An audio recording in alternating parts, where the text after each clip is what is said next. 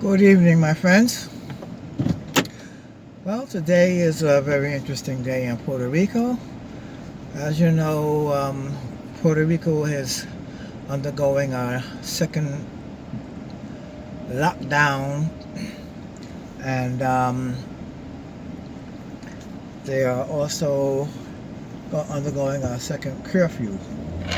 The curfew starts at 9 o'clock instead of 10 o'clock tonight, and they have roadblocks on the roads, and there's a problem with the holiday.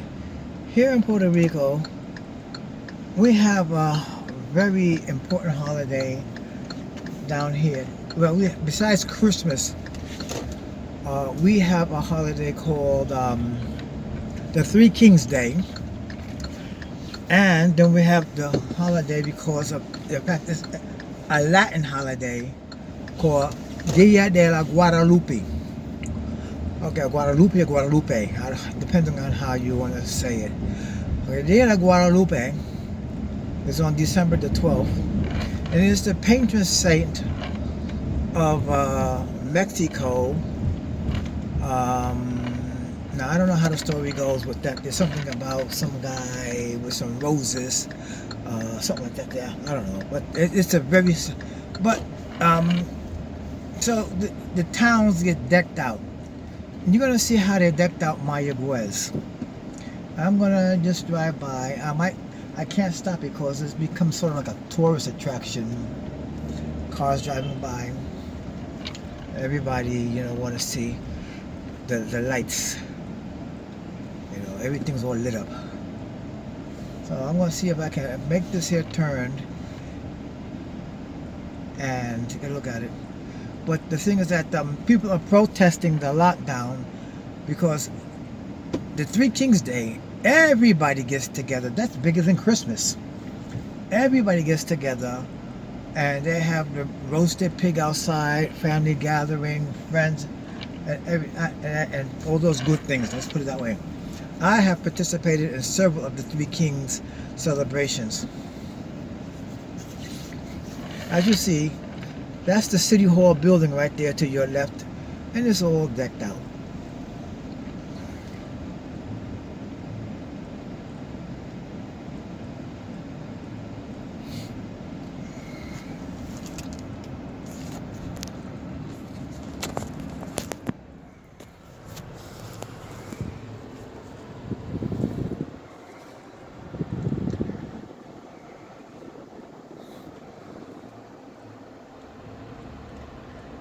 All decked out.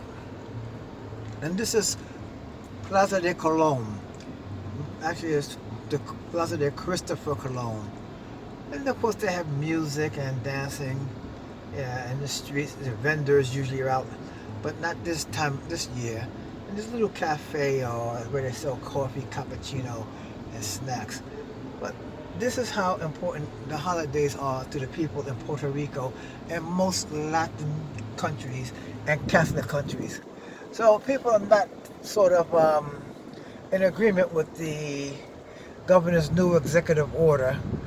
In fact, the order was so stringent that they put a blockade on the highway number 2, which is called the military highway.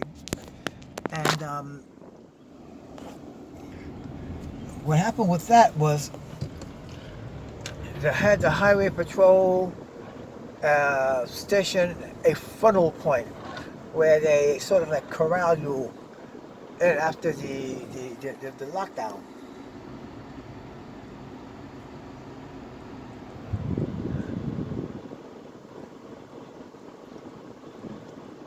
So, of course, the coronavirus is very, very rampant down here now because of the tourists coming in and refusing to wear their mask. You can recall that at the airport, some jerk came in and he assaulted one of the National Guards who tried to tell him to put on a mask.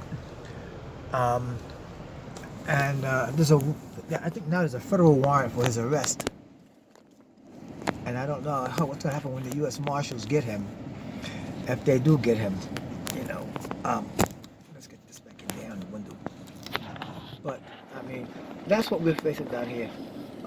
Whether regardless of your concept of the virus, if it's a hoax or what, why don't we just err on the side of caution? There are people who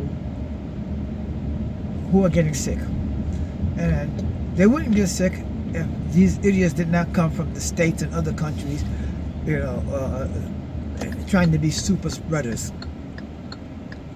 This is my thing about the way people are behaving about the coronavirus. In areas where they say you must wear a mask, wear the mask. You don't have to be outside, walking around with the. You come into the airport, wear the mask. You come into the seaport, wear the mask.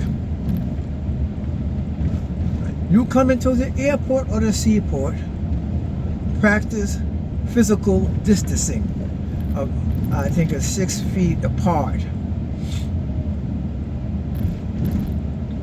Don't endanger people, especially people who have compromised immune systems.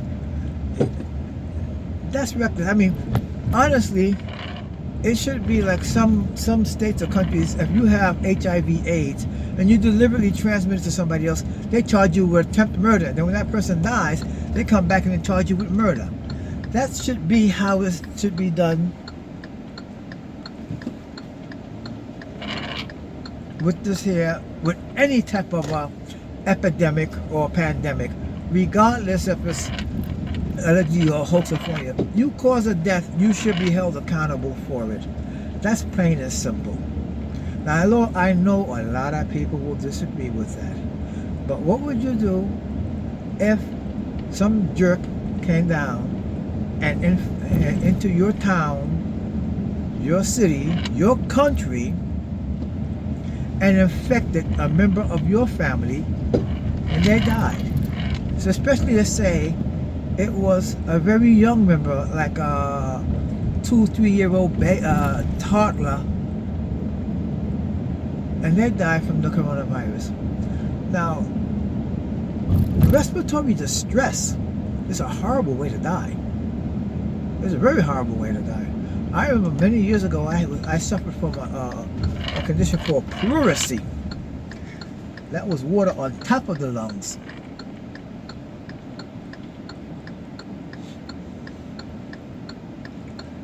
And I wouldn't wish that on nobody. And that was, I was a child, and I ended up in St. Catherine's Hospital in Williamsburg, Brooklyn, New York. At that time, the hospital is no longer there. I think they replaced it with a high school called Eastern District High School or whatever. Now, I don't know what it's called now. Yeah, because I haven't been in New York in over 20 years. But respiratory distress that's horrible. You're trying to breathe and you can't. So I mean, have some sort of human trace left in you.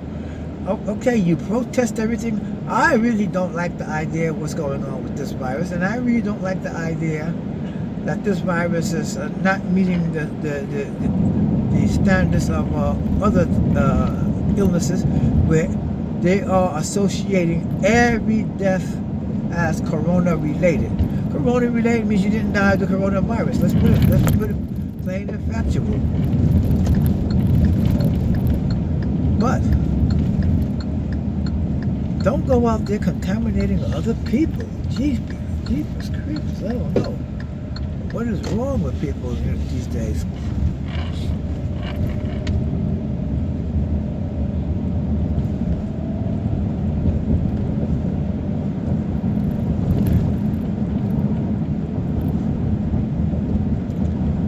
Some dog food for my friend's dog.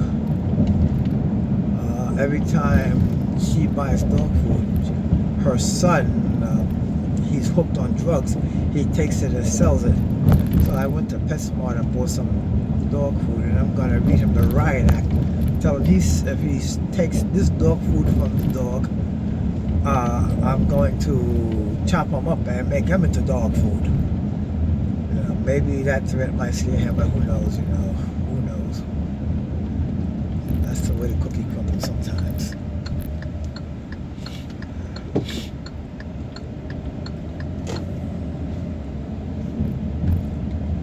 So I'm going to do that there, then get ready to do my tour. Oh boy, yeah, to do my tour with this, there's a lot of anxiety with this new lockdown procedures and stuff like that there. And not quarantine, but everything is like, really, it has people really upset.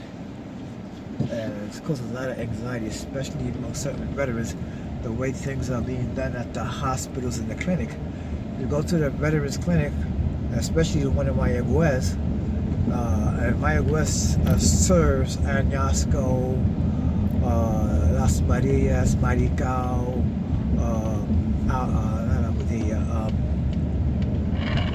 San Germain, Armageddos, Cabo Rojo, and you go and they have these steel benches outside under the carport in the parking lot, and you sit there.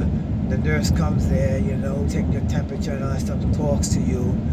And if the doctor wants to see you, the doctor comes outside and sees you. And what they do, they don't have, thanks to President Obama, they got rid of what was called urgent care. So they don't treat you no more. They just send you to a local hospital under community care, and then you got to go through so much paperwork because the VA has to pay for that, and the VA has fallen behind in paying for even the most urgent cases. Now, what I'm saying is these people are going to put themselves out of a job. If they, it's going to mean that it's going to lead to the privatization of the VA. You're not doing nothing. You're coming out there and you're giving everybody a crock of crap. You talk to the nurse and they'll tell you one thing. For instance, when I had my accident, I had a fall. And the pain was so. They did X-ray and a CT scan, and the stupid jackass told me it was arthritis. Then I said, I have an independent insurance, so let me go and check this out. And the guy says, you have a fracture, and you have a torn ligament, and you have a concussion.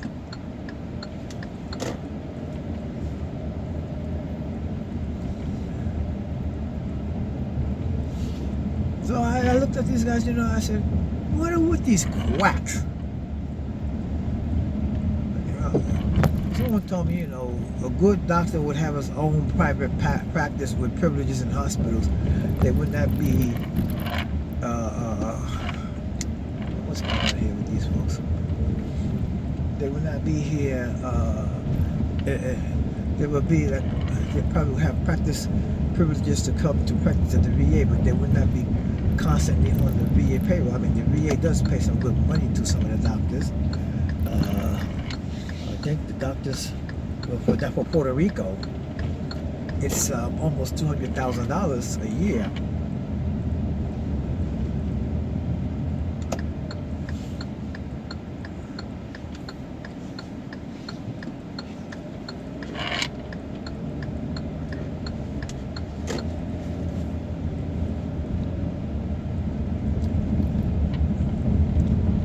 That's how even when you go to the emergency room, it's a fiasco. You do not go into the emergency room where they have the emergency room, the beds and stuff like that for the patients. You go into what's called fast track. You sit in these chairs with the air conditioners on super high. You're freezing your cojones off, and a nurse comes, she triages you, then you go and sit into a little cubicle and talk to the doctor, and he tells you, okay, you're going to go to X-ray, they're going to do a blood test, and they set you out there. And I mean, I was there one night, and some girl, she accidentally cut her finger off with, doing, I don't know what the heck she was doing. She cut the tip of her finger off. They had her sitting in a booth. You know, so she's a vet, you know, and I'm an old-timer vet. I blew up. I blew up. I said, you know, you people crazy. So, you know, they took her in and they put her on, because I said, I took a picture and everything else. Oh, you can't take pictures in the VA. I said, I'll send this picture to the White House. But that's all I had to say. They took care of her, you know. You gotta, the thing is about it,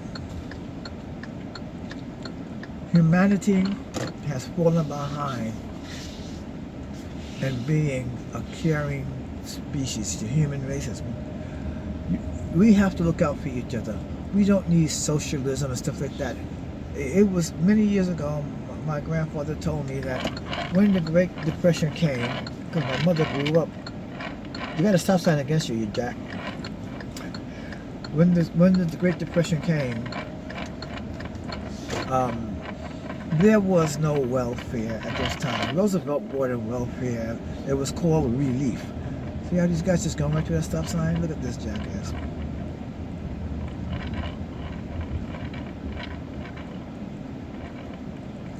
So, I mean, it was called relief, and before that, my grandfather told me, and my mom, she grew up during the Depression, and she went to nursing school and not nursing school, medical school, and became a doctor. But the thing was, in those days, before the Depression, and throughout the history of the United States, if a person was in need, the town or the village or the community took care of them. For example, if the lady down the block, down the road of her husband died, let's say her name was Mrs. Mabel, whatever, they would call her the widow Mabel. Oh, the widow Mabel, she got all those children, and her old man died. And the guy would tell his wife, honey, when you make something extra so they can take it down to the house and give it to the children. And then if they have some clothes left over, you know, he would say, darling, why don't you spruce these up so they don't look like they're hand-me-downs? That way you can take them to the children of the widow, somebody, you know. They looked out for each other back then. And there was nothing mandatory where you work your behind off and then they say, well, you know what, you make this amount of money, we're going to take this and give it to those who, you know. I mean, let me put it this way. Since I was 6 years old, I've been working. And I paid into Social Security. I had to get a special permit because you had to get a working papers at 14 to work in New York. But my parents insisted that I pay into Social Security. So now they want to take it away. Or they wanted to give it to people who have not put nothing in, who come to this country and say, oh, I can't work. If you can't work, don't come here. Don't come here. That's plain and simple. All right?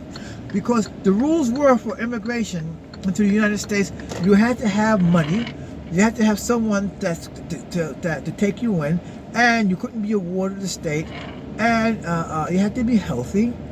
I remember seeing pictures that my friends showed me of Ellis Allen where they would put markings on your chest to see if you qualified to stay in the United States or not. You know, this is ridiculous. But, you know, I am not into this socialism nonsense at all.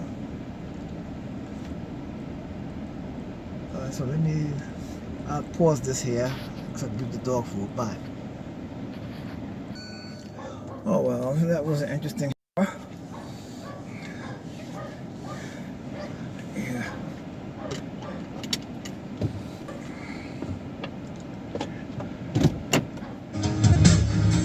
Flames are getting higher. Burning down the bridges.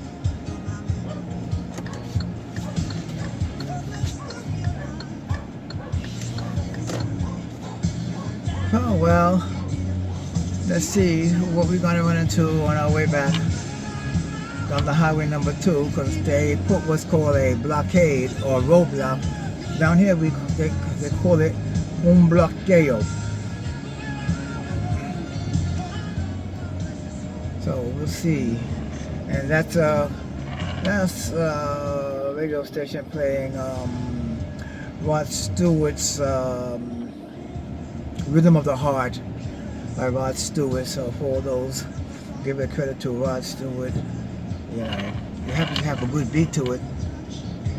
You know, so that's in the background you hear.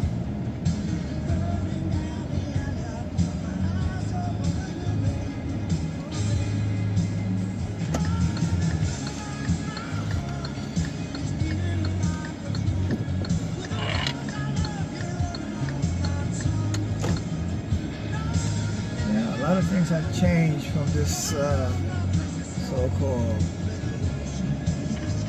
pandemic. I mean, nothing fits the criteria, because when I look at the national vital statistics and mortality for the virus for the year 2018 and the year 2017, we had less than 3 million people. About 3 million. We had about 3 million people die from non-AIDS related deaths, they call it. You know, so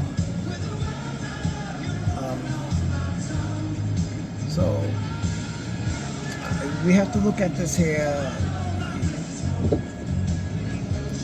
with the death toll that we have now, and we haven't hit that mark in the United States of 1 million deaths. So that sort of like bothers me.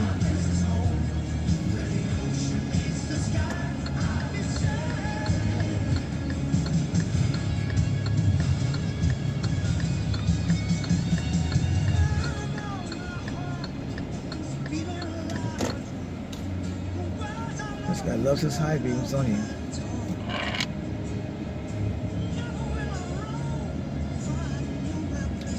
Because one of his lights ain't working. Look at that. Boy, this. I mean, if this was the United States, police would have a field day with the way people have their cars down here.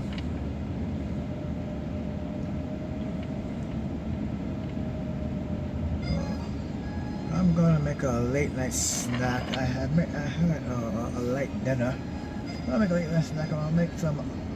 Since I haven't been to New York in a while and I missed the Feast of San Gennaro, I'm gonna make myself a nice Italian sausage, onions and pepper sandwich on a nice piece of long pan de flauta or pan de manteca, and a nice relaxing beverage.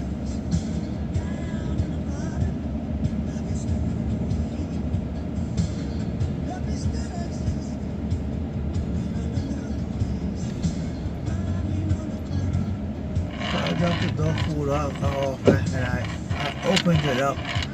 That way it can't be sold, and I put some in around for. These are some treats and stuff also I bought from PetSmart. I have to have it to PetSmart. Oh well, what's coming my way is the Puerto Rico Volunteer Rescue Squad, which is the Mayagüez Rescue Squad. We would kitty cat in the street. I'm passing what's called the retirement home. It's a high-rise building for people, for the old folks, the elderly.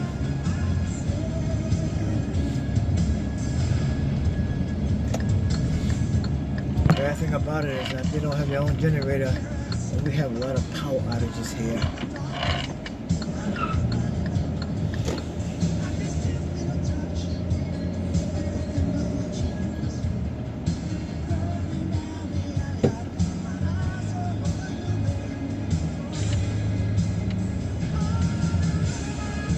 They were putting the blockade up last night, and they caused such a traffic jam 2 hours before the curfew was supposed to go into effect. It was terrible. I said, you know, when I pulled up to the police officers, I said, I don't want to send you the bill for the gas I'm wasting for this, you know.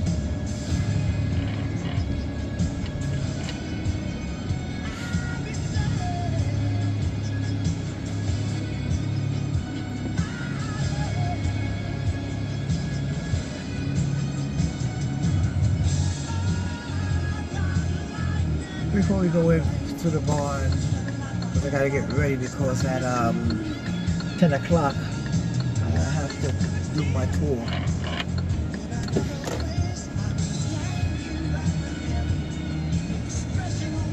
So my tour is from 10 to 6.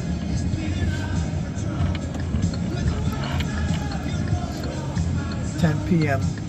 to 6 a.m.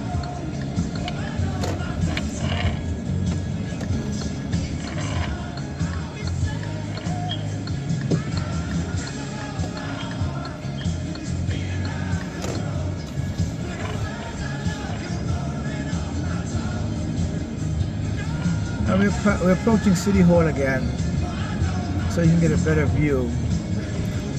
Because I came from around the corner of that one, of the Christmas display we have in Mayagüez. That's called the Acarilla. The Acarilla is where the mayor's office is.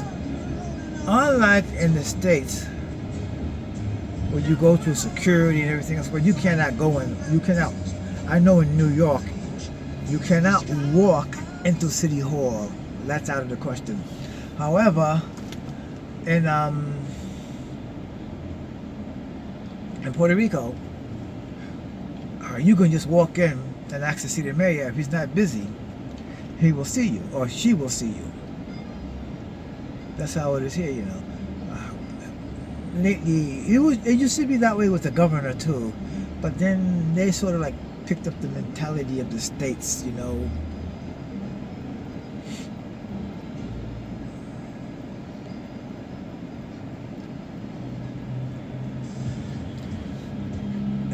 All this extra security and stuff like that. That little scooter in front of me is actually a police go-kart. Not go-kart, golf cart thing, like, you know.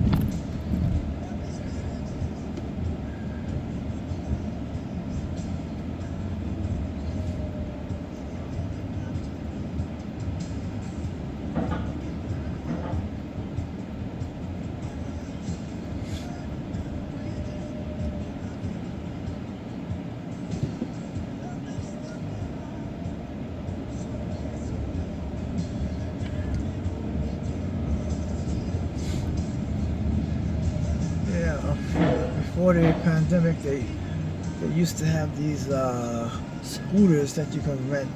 They had them chained up to this little thing here on my left here that we're pulling up on right now. And I got rid of those, and they got rid of the renter bikes also.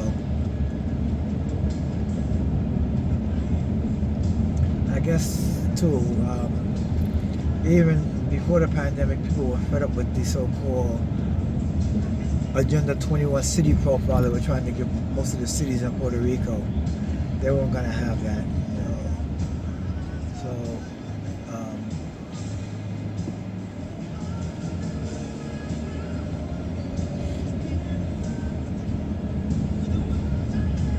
this used to be a high school up ahead of me, a junior high school, I mean. And they closed it down. They closed the thing down.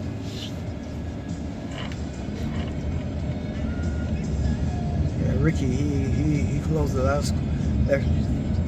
If the mayor of a city was not part of his political party, Ricky Rosalito, whatever they want to call him, the one that they had the protest and they got rid of him, he would shut down the schools in that city where the opposition party was. A lot of schools, and now they're all, you know, abandoned, run down, weathered out. Especially since the hurricane and then the earthquakes hit. And believe it or not, good grief, we are still getting hit with those darn earthquakes. You know that? Every day there's a tremor going on. Every day.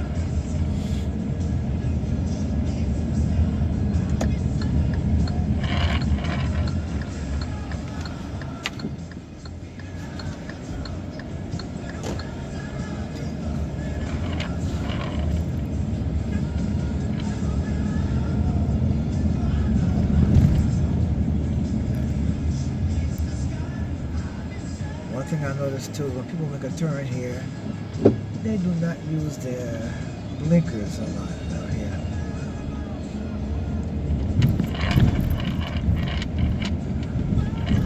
Heck, you saw that little police go-kart or whatever you want to call it, a golf cart, go through the stop sign, didn't even use his blinker or nothing, you know. And he was on the phone driving. Not the walkie-talkie, but on the... Yeah, I used to, believe it or not, I used to live here some years ago. I stayed here for 1 year. It was a very nice place. You know, except that they had a bar on each corner back then, and they were singing karaoke. And yeah, and everyone thought they were a star. And when they were drunk, good grief, man, you ever hear a drunk singing or trying to sing? So let me get out of here. Yeah, the Sector Valde, Barrio Valde is called.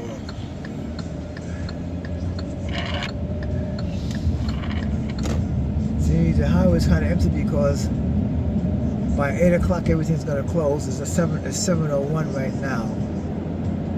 And by 8 o'clock everything's going to close, and then they're going to have the bloqueo, which is the roadblock.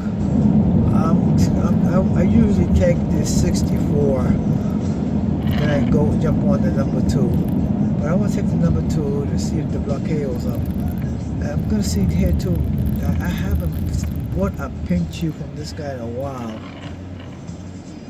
Nobody win those pink chews. In New York, we used to call it rat on a stick, but it's actually chicken or pork grilled on a stick with lots of savory sauce and all those good things.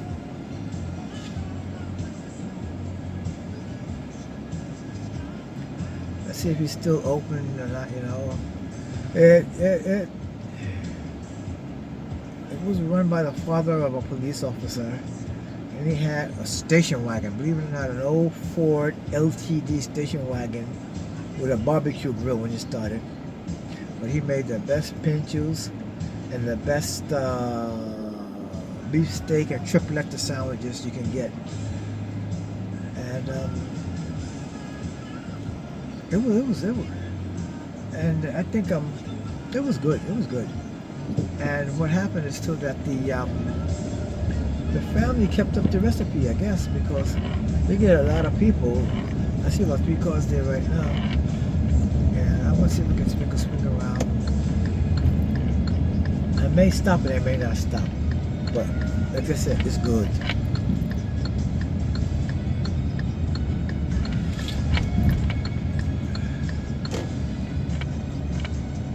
This truck here, yep.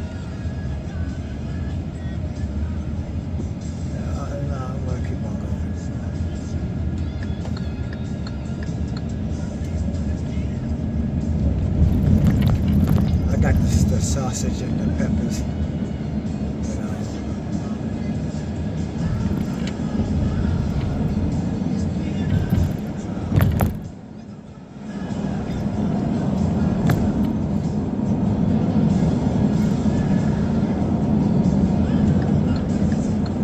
don't know if it's a one headlight car coming or a motorcycle behind me. And no, it's a car. Good to see it. It's my rear view mirror. This guy here.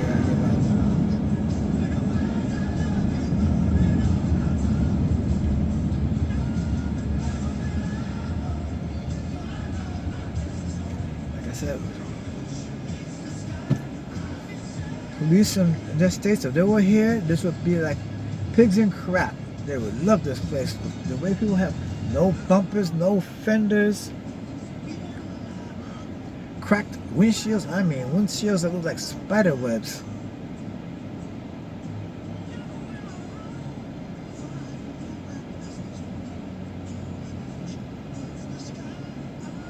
I looked at my side view mirror and I saw the one headlight, but I said, wait a minute. Why is he riding the line? It happens to be a Suzuki, whatever, Retro, whatever you call it.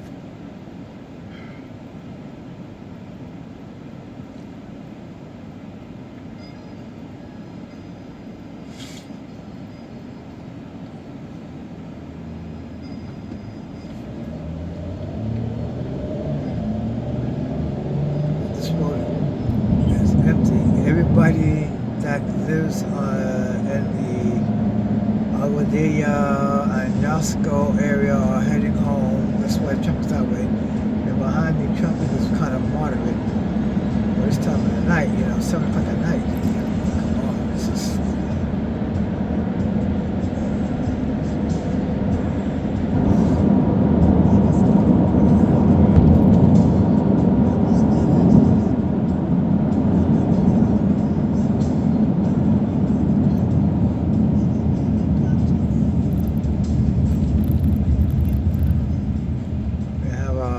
appointment also. And the thing about that appointment is I told him that I've been paying for my accident, and he wants to give me a painkiller. And I told him I'm not going to take a narcotic because I need to be flexible.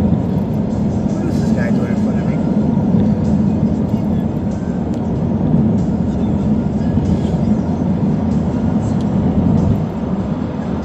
Believe it or not, we're in a 45 zone.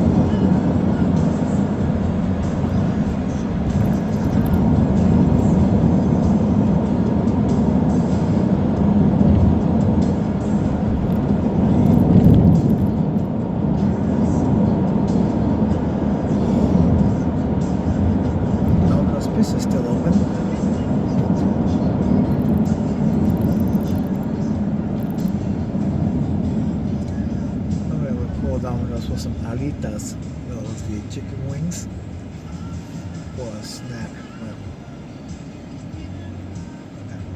I feel like cooking.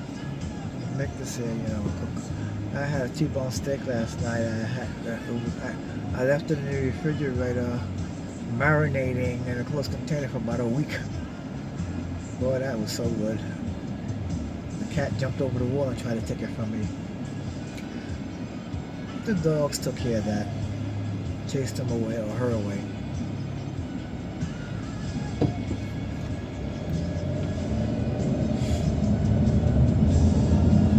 Yeah, the blockade was in Sultana. They had it in Sultana, the Barrio Sultana. That's where the blockade would be. Okay, I'm saying blockade, the roadblock. It's where the checkpoint, okay? It was a mess last night. Good grief. And then you had these construction flatbed trucks, tractor trailer trucks carrying bulldozers and stuff. They were blocking the intersection, because the light would change and stuff like that there. So I had to get quite more. The New Yorker came out of me, really. Just push my way and bogart my way through the intersection. And everybody just followed behind in my wake. The one thing they do here, they love to block the intersection.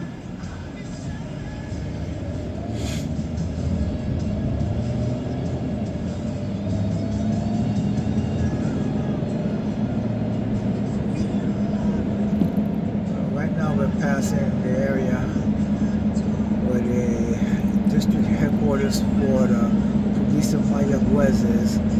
That would be on my left-hand side, where the Wendys. Then on my right-hand side, you go up that road there. That's the district area for the Highway Patrol that covers from, I think, Aguada all the way past Sabana Grande.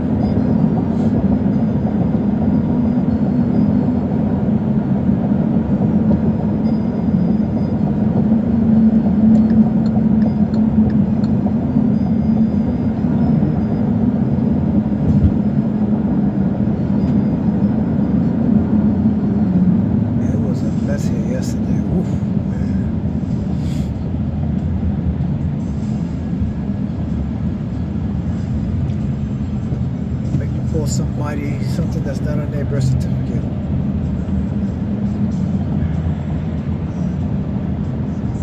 Then we had at the Wendys, and I have the video, but I'm not going to put it on there. We had somebody drop dead in the bathroom at the Wendys and Plaza de Constancia in Armageddon.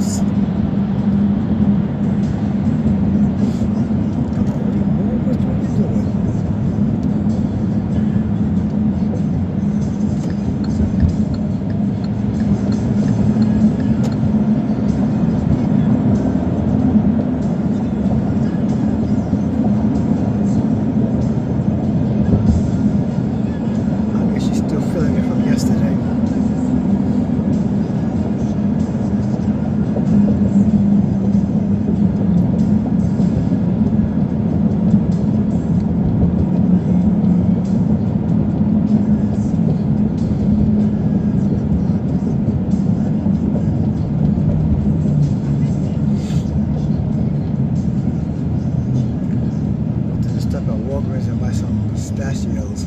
I usually buy my pistachios from nuts.com, but then they go to where I live at, we don't have a mail delivery service. You have to have a post office box. And the lines at the post office, forget about it. I don't even get my mail. Unless I get an email from the VA telling me they sent me a prescription, I don't even bother.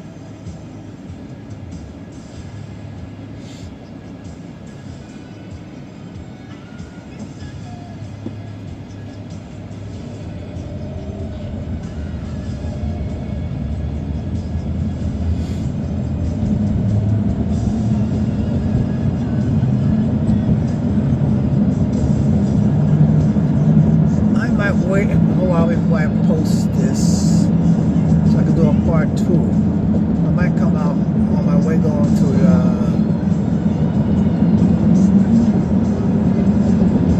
clinic to meet with the team so we can do our tour to show you what the blockade was like, not blockade, the roadblock or the checkpoint was like.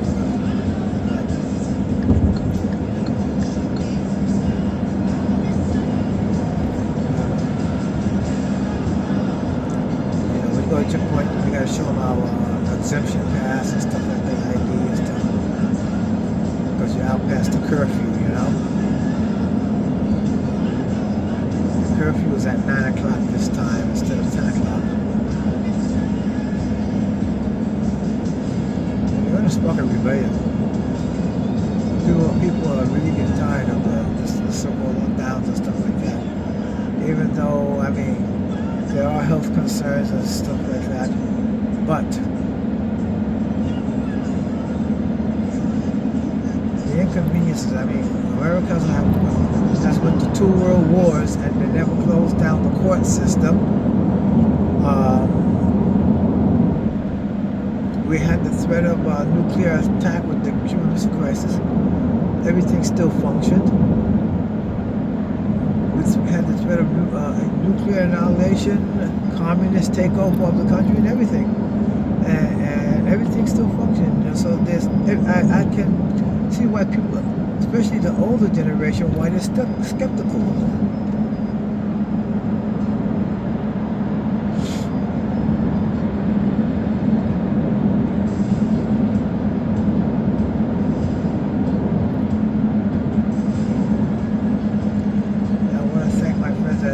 And Maya was more, especially Jose.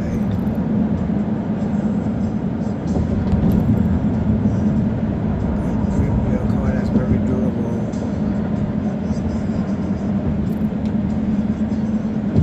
What I'm going to do is I have an expedition. She's a gas hustler. But I'm going to, with the gas prices still cheap down here, I'll take it. Patrol going right now, I'm gonna pass it by the left-hand side. I'll take her around here.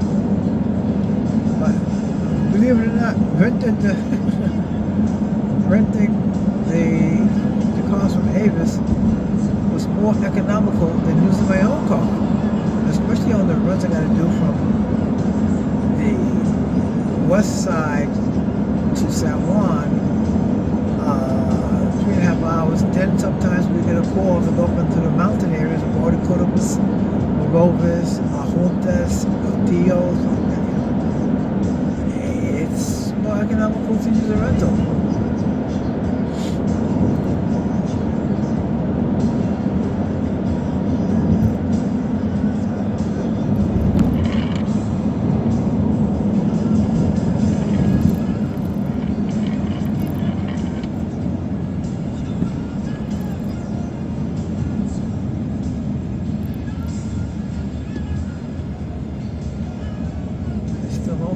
Mr. Special still open.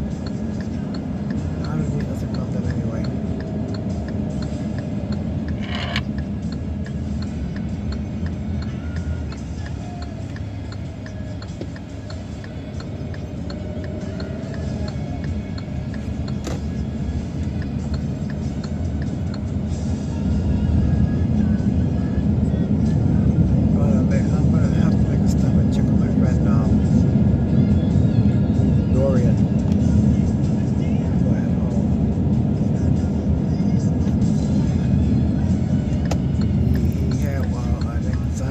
attack earlier today.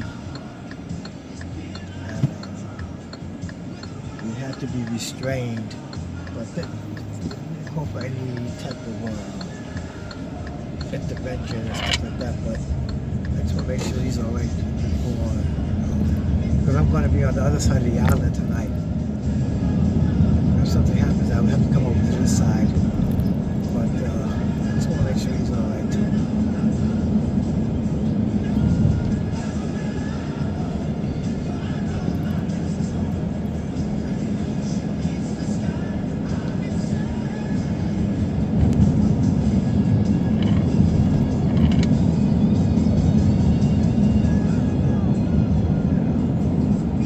People have not lost the Christmas spirit, which is encouraging, very encouraging.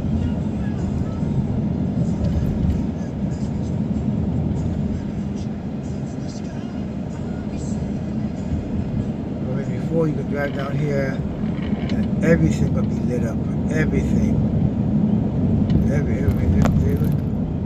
The trees, the palm trees,